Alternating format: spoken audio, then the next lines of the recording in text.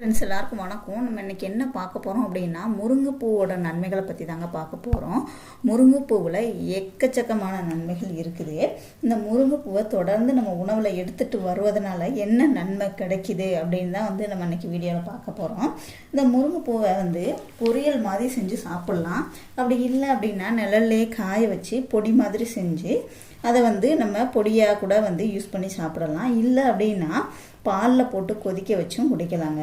முருங்கைப்பூவை நிழல்லே காய வச்சு பொடி செஞ்சு அதோட தேன் கலந்து சாப்பிட்டு வந்தோம் அப்படின்னா கண் பார்வை ரொம்பவே நல்லா தெளிவாக தெரியுங்க.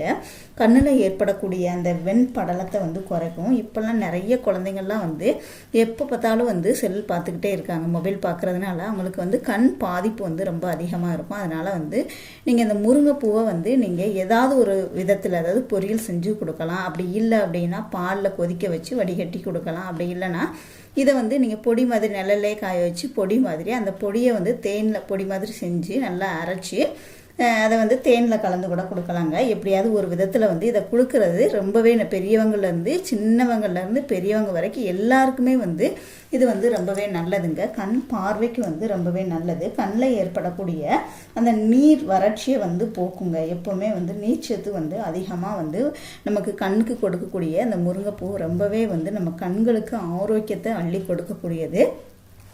கண்களை நல்லா பாதுகாப்பாக வச்சுக்கிட்டதுக்கு நீங்கள் முருங்கைப்பூவை நீங்கள் தாராளமாக எடுத்துக்கிடலாங்க.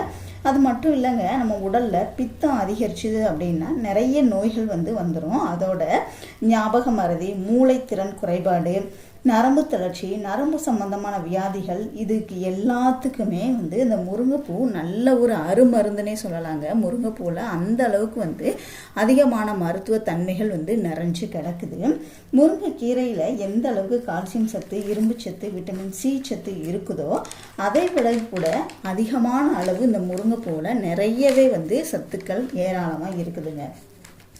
முருங்கைப்பூவை பாலில் கொதிக்க வச்சு அதோட தேன் கலந்து குடிச்சிட்டு வரும்போது நம்ம உடம்புல இரத்த அணுக்களுடைய உற்பத்தி அதிகரிக்கும். அதாவது இரத்த சோகையிலேருந்து விடுபடலாங்க. ரத்தத்தோட அளவு யாருக்கெல்லாம் குறைவாக இருக்குதோ அவங்க இந்த முருங்கைப்பூவை பாலில் கலந்து கொதிக்க வச்சு நீங்கள் குடிக்கிறது ரொம்பவே நல்லதுங்க. அது மட்டும் இல்லைங்க, எலும்புகள் நல்லா வலுவடையும். எலும்பு தேய்மானம் இருந்தாலும் அதுக்கும் நீங்கள் தாராளமாக இந்த முருங்கைப்பூவை பாலில் கொதிக்க வச்சு நீங்கள் குடிக்கிறது ரொம்பவே நல்லதுங்க. அதே மாதிரி பார்த்தீங்க அப்படின்னா இதை பெண்கள் தொடர்ந்து உணவில் இந்த முருங்கைப்பூவை எடுத்துகிட்டு வருகிறதுனால இந்த கருப்பப்பையில் உள்ள நச்சு கிருமிகள், அழுக்குகள் எல்லாமே வெளியேறி கருப்பப்பை ஸ்ட்ராங்காக மாறுங்க.